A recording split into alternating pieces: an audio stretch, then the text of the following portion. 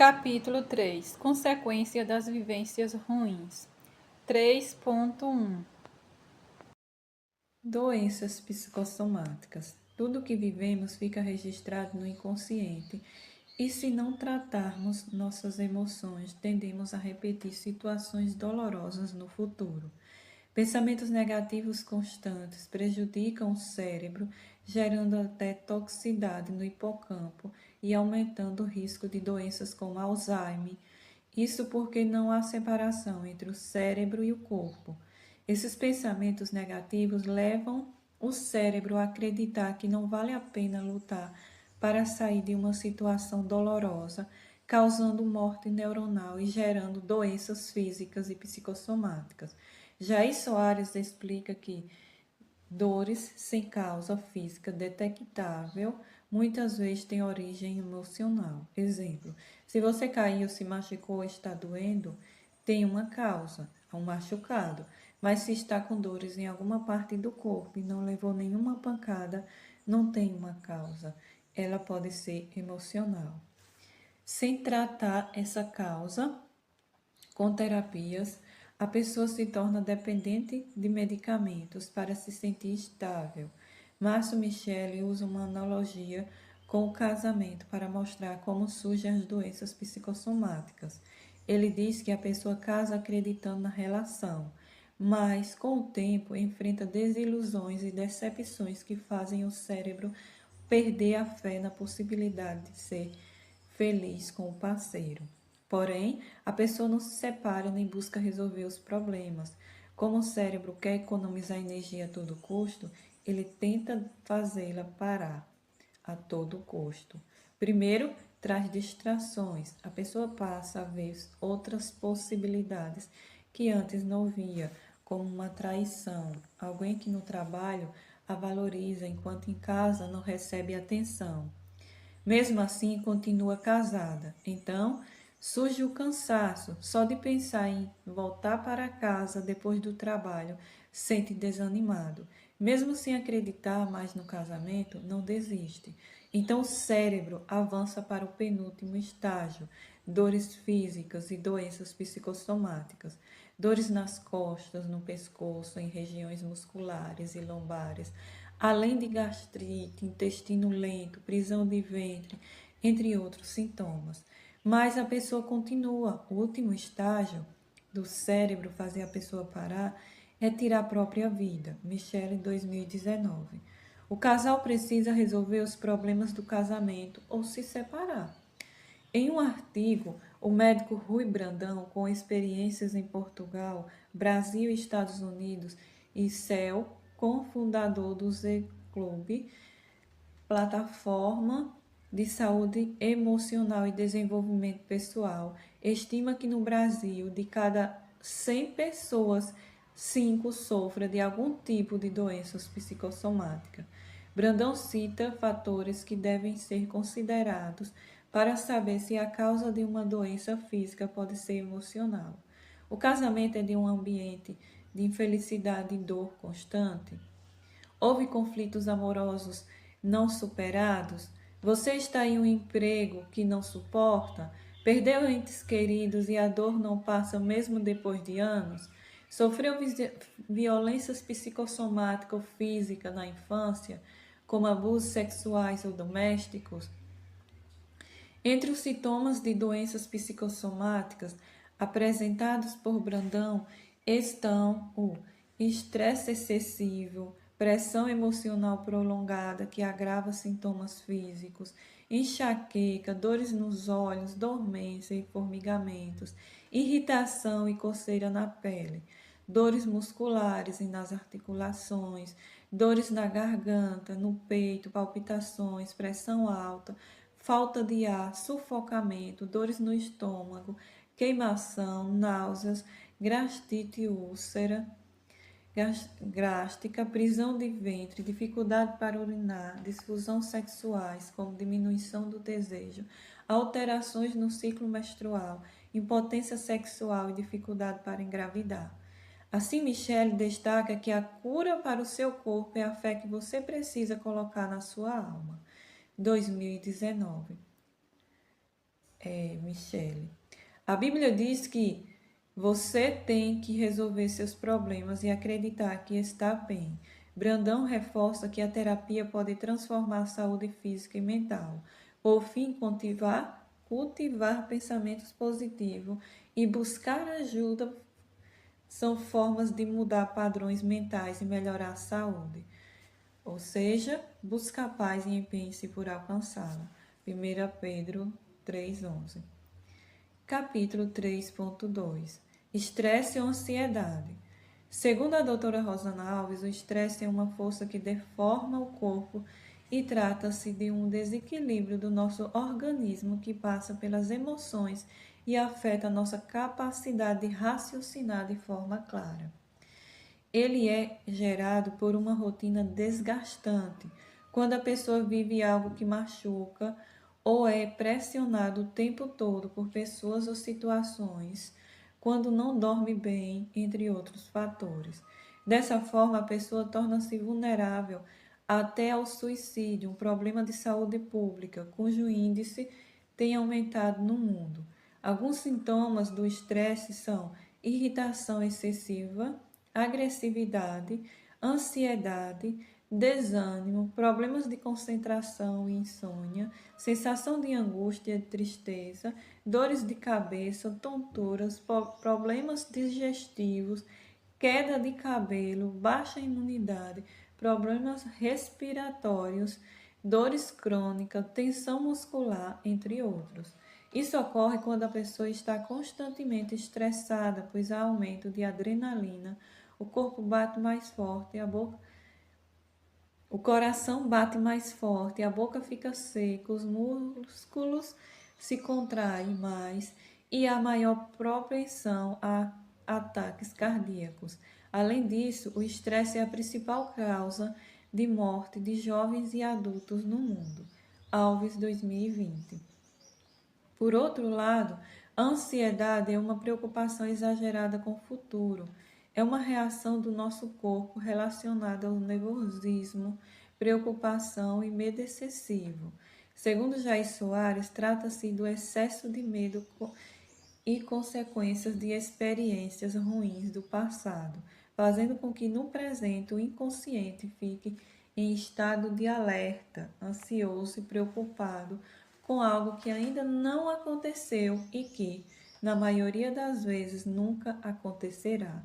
O quadro de ansiedade piora diante de todas as demandas que precisamos atender, somadas às tarefas que procrastinamos, podendo levar a um estado degenerativo e adoecer a mente e o corpo. Assim, pessoas que estão ansiosas ou vivem um quadro de estresse constante são mais vulneráveis a problemas cardíacos. Alves 2015. A ansiedade faz com que as pessoas apresentem intestino mais lento, retenção e impureza no corpo e sobrecarga no funcionamento do fígado. Pode causar sensação de falta de ar, palpitações, dores no peito, tremores, vontade de roer as unhas, agitação nas pernas e braços, tonturas e sensação de desmaio, vômito, irritabilidade, dores de cabeça, enxaquecas, insônia, preocupação excessiva, dificuldade de concentração, nervosismo, sensação de perda de controle ou de que algo ruim vai acontecer, desequilíbrio dos pensamentos, braços dormente, suor frio, entre outros sintomas. Se você apresenta alguns desses sinais, é importante procurar terapia, pois a saúde da mente é imprescindível para a saúde do corpo. Doutora Rosana Alves, 2015. Não dá para impedir que fiquemos tristes ou ansiosos, mas não podemos permitir que isso se prolongue por muito tempo. A ansiedade pode ser gerada por situações estressantes, fatores genéticos, uso de entorpecentes, entre outros. Por isso, devemos ter cuidado com as situações que vivemos e com as pessoas com quem convivemos.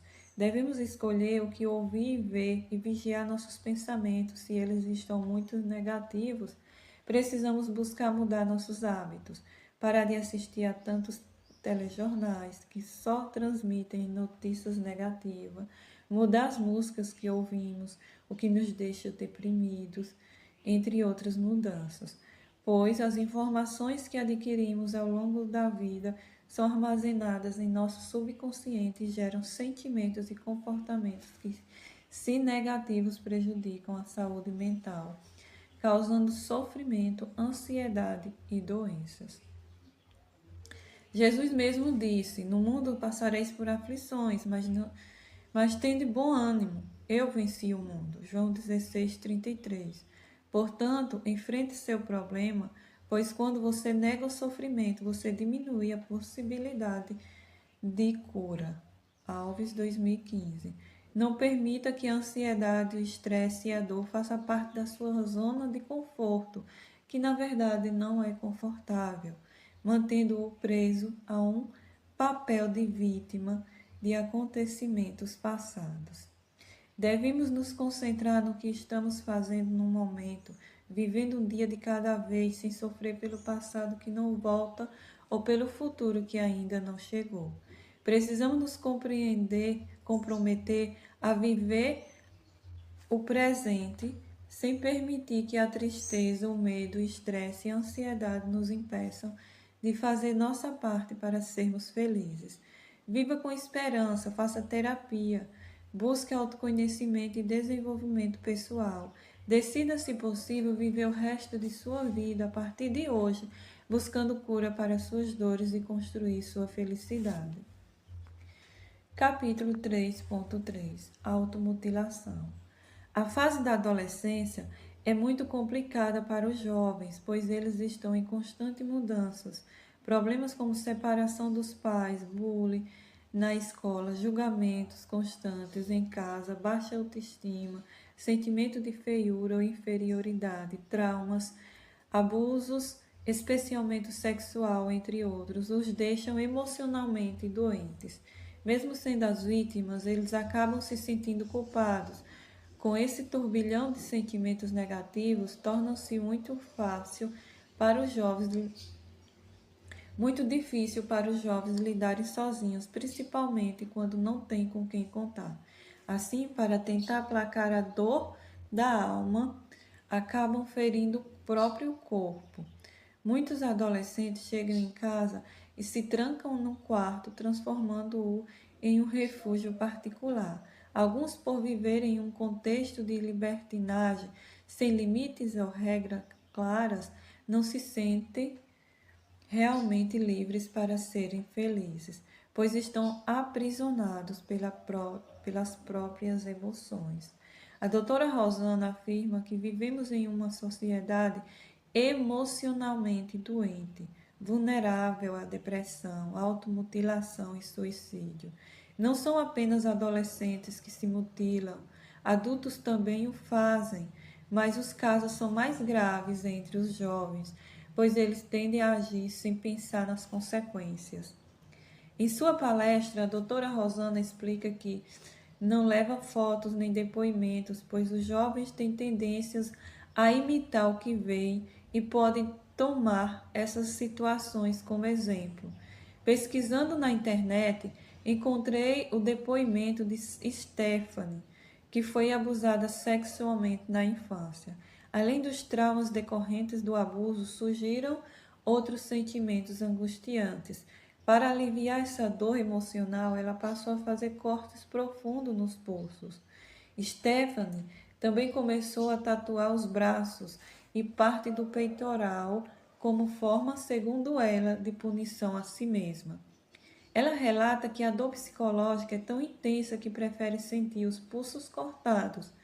Pior ainda, ela afirma sentir prazer em se mutilar, pois a dor emocional é substituída pela dor física. Quando os pais descobriram, em vez de cuidarem de suas feridas emocionais, optaram por interná-la em um hospital psiquiátrico. Muitos jovens procuram comunidades fechadas para se abrirem, já que não se sentem à vontade para conversar com os pais. A doutora Rosana destaca que um dos erros dos pais é não ensinar os filhos a confiarem neles e a lidarem com frustrações, lembrando que para cada problema ou dor existe uma solução e que juntos podem resolvê-los antes de chegar ao extremo. É fundamental prestar atenção nos sinais que eles dão. Por exemplo, se estão sempre usando casacos e calças, mesmo no calor, pode ser indício de que tentam esconder cortes nos braços ou pernas. Outra dica da doutora Rosana é, além do tratamento psicológico, utilizar técnicas de substituição. Em vez de se cortar para sentir dor, pode-se, por exemplo, colocar um cubo de gelo dentro da camiseta. Vai doer, mas não deixará cicatrizes. Para quem só se acalma ao ver o sangue escorrendo, pode-se usar uma caneta marca-texto vermelha para simular esse efeito na pele. Outra técnica terapêutica é escrever sem filtro tudo o que está sentindo, o que ajuda a colocar a dor para fora. Sempre que sentir vontade de se mutilar, é importante buscar distrações, assistir a um filme, conversar com amigos, sair, mandar mensagens para alguém. Após o ato de se mutilar, a dor emocional geralmente aumenta ainda mais, junto com a culpa e a frustração por não se sentir forte o suficiente para lidar com a angústia. Portanto, substitua a automutilação, mas não deixe de tratar a raiz do problema. Procure ajuda psicológica e terapeuta. Os pais podem ajudar demonstrando amor, cuidado e preocupação genuína com seus filhos. Capítulo 3.4 Depressão, pensamento suicida. O médico psiquiatra Dr. Dickman afirma que depressão é uma doença biológica que tem um fundo psicológico e afeta várias esferas da vida da pessoa. Dickman, Apud Apse, 2020. O mesmo artigo publicado pela Apse Farmacêutica descreve a depressão como o mal do século XXI, atingindo cerca de 350 milhões de pessoas no mundo e causando diversos impactos nas atividades diárias. A estimativa é que 19% da população mundial apresente depressão em algum momento da vida.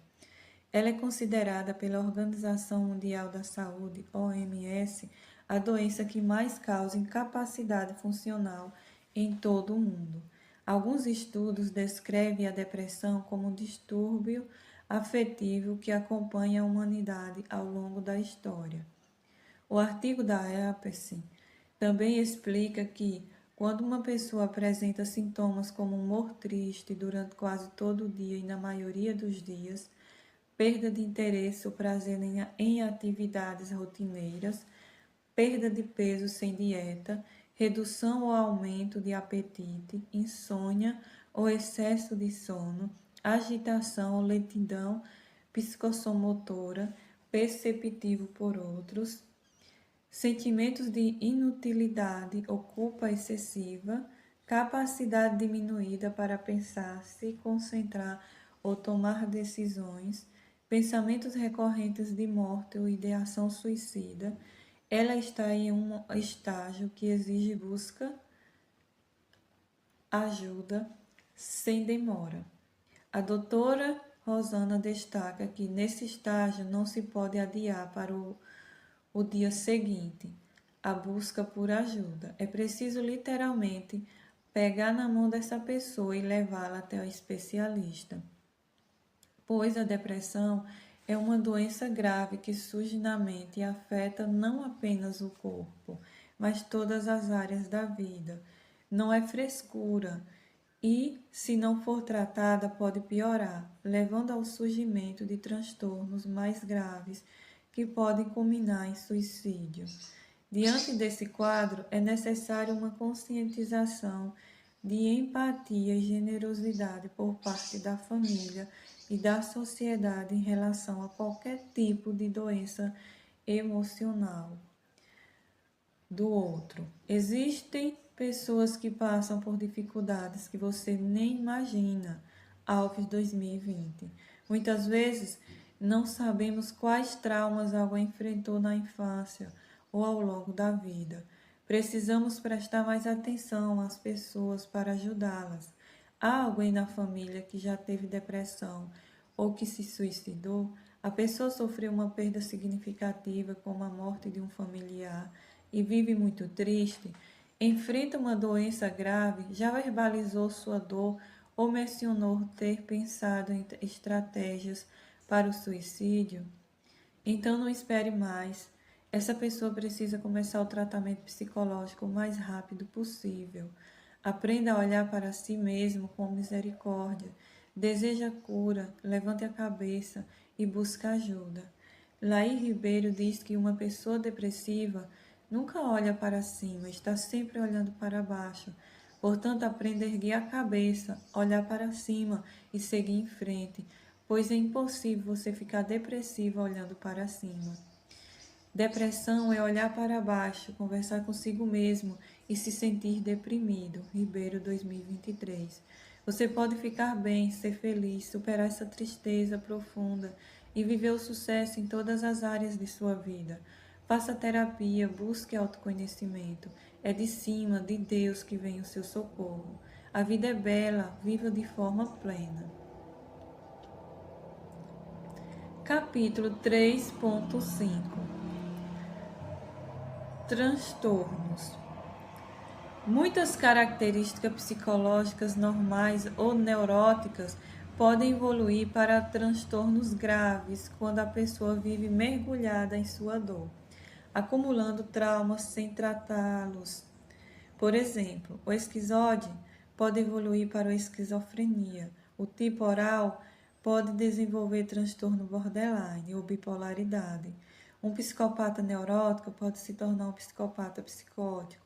O masoquista pode desenvolver transtorno do pânico. O rígido pode desenvolver o transtorno narcisista, especialmente se combinado com os traços psicopáticos. Esses exemplos mostram por que é tão importante cuidar das nossas dores emocionais.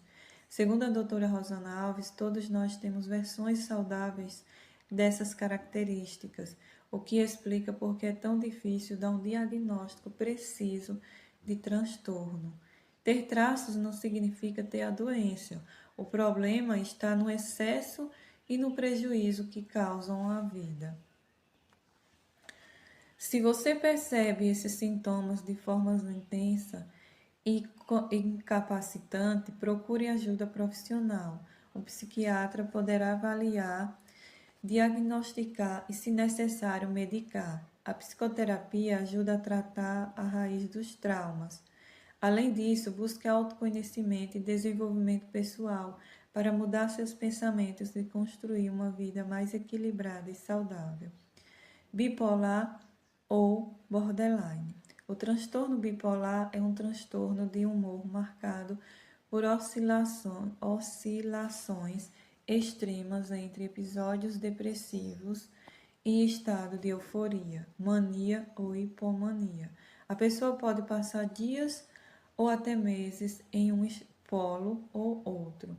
Nos episódios de euforia surgem sintomas como sensação exagerada de poder e autoestima, alegria excessiva sem motivo aparente, agitação intensa, irritação drástica, redução drástica da necessidade de sono, fala acelerada, pensamento desorganizado, impulsividade, como gastos excessivos e decisões sem refletir, aumento do libido e erotização, além de episódios de paranoia, em que a pessoa se sente perseguida ou vigiada. Nos episódios depressivos, predominam a tristeza profunda, lentidão do raciocínio, falta de energia e incapacidade de sentir prazer. Segundo o psiquiatra Galho, 2018, entre 25% e 60% dos pacientes com transtorno bipolar tentam suicídio pelo menos uma vez. e entre 4% e 19% de fato se suicidam. Já o transtorno de personalidade borderline, TPB, é caracterizado por mudanças rápidas e intensas de humor, muitas vezes sem motivo aparente. Uma pessoa pode acordar muito feliz e em poucas horas mergulhar em uma tristeza, raiva ao extremo e sente como se tudo fosse terrível, de forma intensa e instável, vivendo na borda entre a realidade e a desorganização mental. O TPB está fortemente associado a vivências traumáticas na infância. Segundo a doutora Rosana Alves, cerca de 70% dos pacientes com borderline sofreram abuso sexual, além de outras formas de negligência ou abuso físico e psicológico. Por causa disso, olham o mundo pelas lentes do passado, esperando sempre rejeição, abuso ou estresse. Seus comportamentos são marcados por impulsividade, medo intenso de abandono, baixa autoestima, sensação constante de vazio, raiva, ansiedade e insegurança. Tem relações pessoais instáveis e visão distorcida de si e dos outros, muitas vezes se considerando inadequados ou incapazes. Essa forma negativa de enxergar a vida costuma prejudicar os relacionamentos. Pequenas situações como atrasos ou demora em responder mensagens são vistas como sinais de rejeição. Para evitar o abandono, podem se submeter a humilhações e perder a própria identidade, tentando se encontrar no outro. O fim de um relacionamento apresenta um fator de risco importante para o suicídio. Estima-se que cerca de 10% das pessoas com borderline se suicidam. Além disso, 20% dos pacientes internados em unidades psiquiátricas são diagnosticados com TPB, transtorno de personalidade borderline. Por isso, é tão importante tratar as dores emocionais e buscar ajuda profissional. Se você reconhece esses sintomas em si mesmo ou em alguém próximo, procure um psiquiatra para diagnóstico e, se necessário, medicação. A psicoterapia ajuda a tratar a raiz dos traumas e construir uma vida emocionalmente mais equilibrada e saudável. Autoconhecimento e desenvolvimento pessoal são fundamentais para mudar padrões de pensamentos, melhorar relacionamentos e viver com mais qualidade de vida. Esquizofrenia. Segundo a doutora Célia Garcia, a esquizofrenia é uma doença mental crônica e incapacitante, por isso é considerada um problema de saúde pública. Ela se desenvolve gradativamente, com perda das emoções sadias e da razão. Cada crise faz com que o esquizofrênico vá descendo ladeira abaixo, para o extremo, a ponto de chegar até a uma internação psiquiátrica.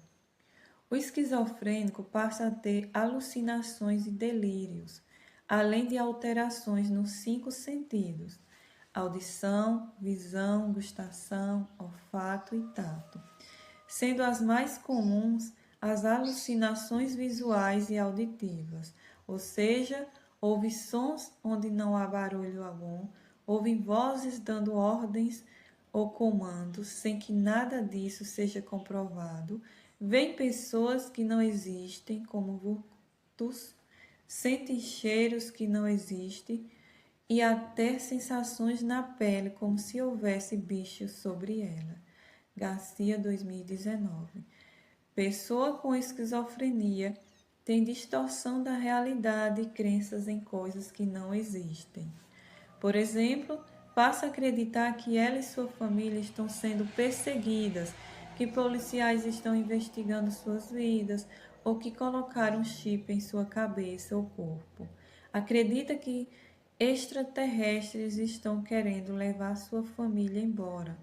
Em muitos casos, A convivência com familiares torna-se difícil, pois esses pacientes esquizofrênicos se voltam contra eles, acreditando que estão tramando algo ruim contra eles, o que gera afastamento e sentimento de culpa na família. Garcia, 2019. Por conta da perda da razão e das emoções sadias diante de um acontecimento trágico, eles podem ficar sem reação, sem empatia ou até rindo da desgraça alheia. Perdem a capacidade de sentir prazer nas coisas que antes apreciavam. Tornam-se desleixados, não cuidam da higiene pessoal nem da aparência. Muitas vezes ficam imóveis ou fazem movimentos estereotipados. Podem permanecer longos períodos sem falar. Quando falam, pode ser de maneira desordenada, muitas vezes com frases sem anexo ou sem sentido. Essa doença é mais frequente em homens e costuma se manifestar entre os 20 e 30 anos.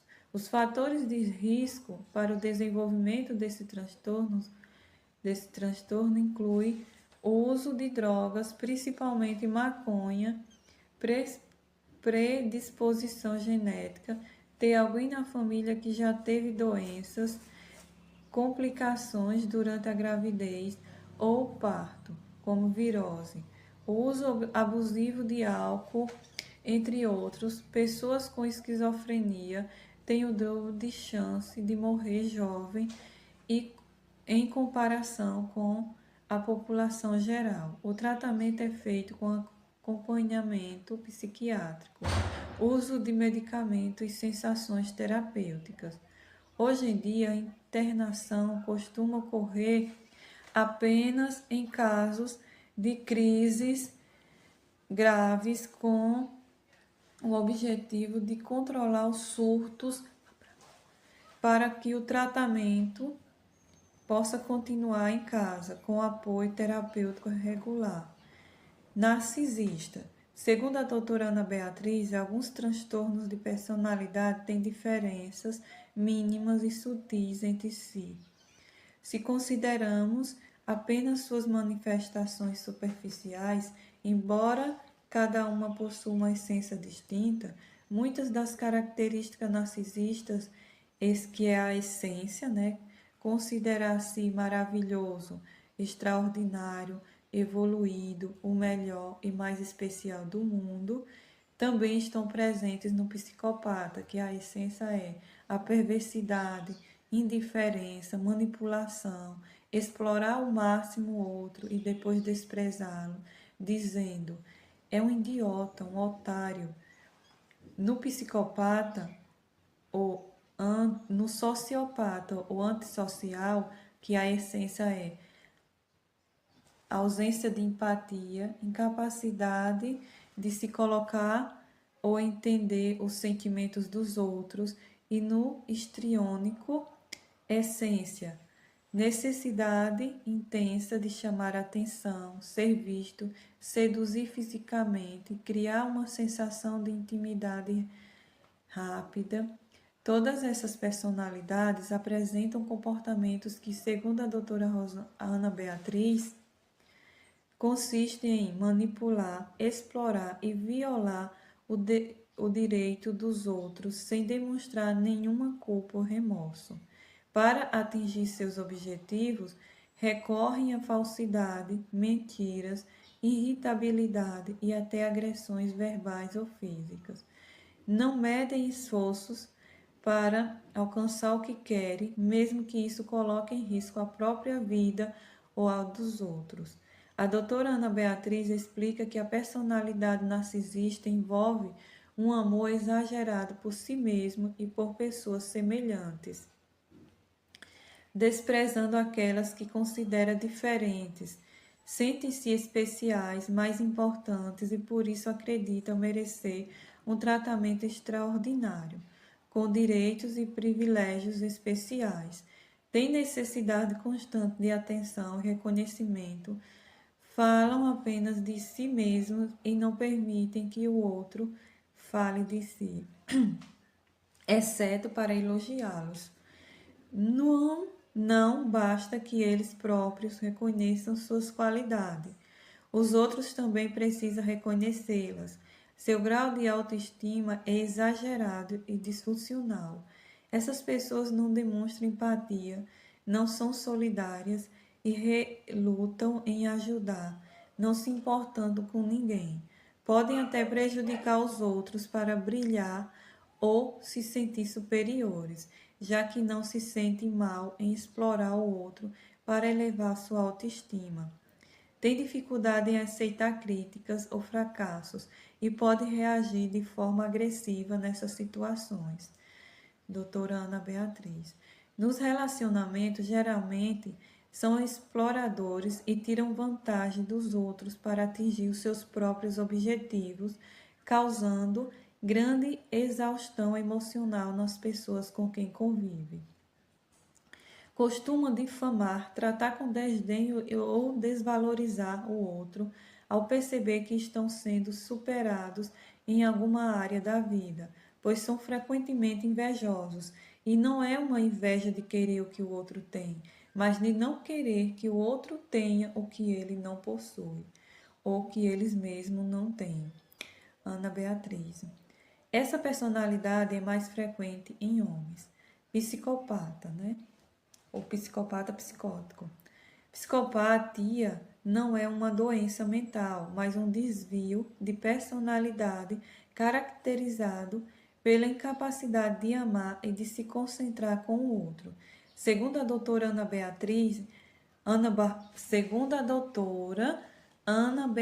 Barbosa, trata-se de uma pessoa que nasceu com um sistema líbico desconectado, ou seja, sem emoção, empatia ou sentimento de culpa em relação a ninguém, nem mesmo à mãe, ao pai ou a um filho. Para ele, o outro não representa nada além de um objeto a ser usado para que ele tenha poder, status e diversão. Esses indivíduos costumam contar histórias tristes para ganhar a confiança e a compaixão dos outros, pois sabem que, ao sentirmos pena de alguém, nos tornamos vulneráveis. A doutora Ana Beatriz afirma que todo psicopata apresenta um grau elevado de narcisismo, tem muito amor próprio e acredita que quem não é psicopata é uma pessoa medíocre, burra, cheia de mimimi. Barbosa 2022. Ele considera o oral, né, que é uma característica emocional, uma palhaçada, alguém cheio de sentimentos à flor da pele, que chora, se apaixona, se emociona, confia, ajuda e se entrega. Segundo a doutora Ana Beatriz, existem psicopatas em grau leve, moderado e grave. Os leves, diz Ana Beatriz, são como o estelionatário do Tinder. Não matam, mas enganam, roubam, manipulam. Já o psicopata grave é o indivíduo capaz de matar, esquartejar e até mesmo comer a vítima e não sentir nenhum remorso. A doutora Ana Beatriz explica que existem crimes que só são praticados apenas por psicopatas. São crimes bárbaros, como matar alguém, cortar o corpo em pedaços, espalhar os restos em diferentes locais e depois voltar para casa, deitar e dormir tranquilamente, como se nada tivesse acontecido. Quando são pegos e interrogados, costumam se justificar de forma fria, dizendo que fizeram aquilo por determinado motivo, como se fosse uma explicação plausível, ou mesmo afirmando que faria tudo de novo. Assim, os transtornos de personalidade, como qualquer outra condição gerada por fatores emocionais, precisam ser tratadas com terapia e, na maioria dos casos, com o uso de medicamentos